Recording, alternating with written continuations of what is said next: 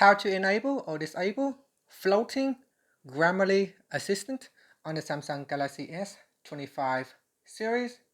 First, tap on the home button to return back to the home screen. Now from the home screen, swipe down at the top to open up quick settings. Then in here, tap on the settings icon. Next, we then scroll down and then tap on general management.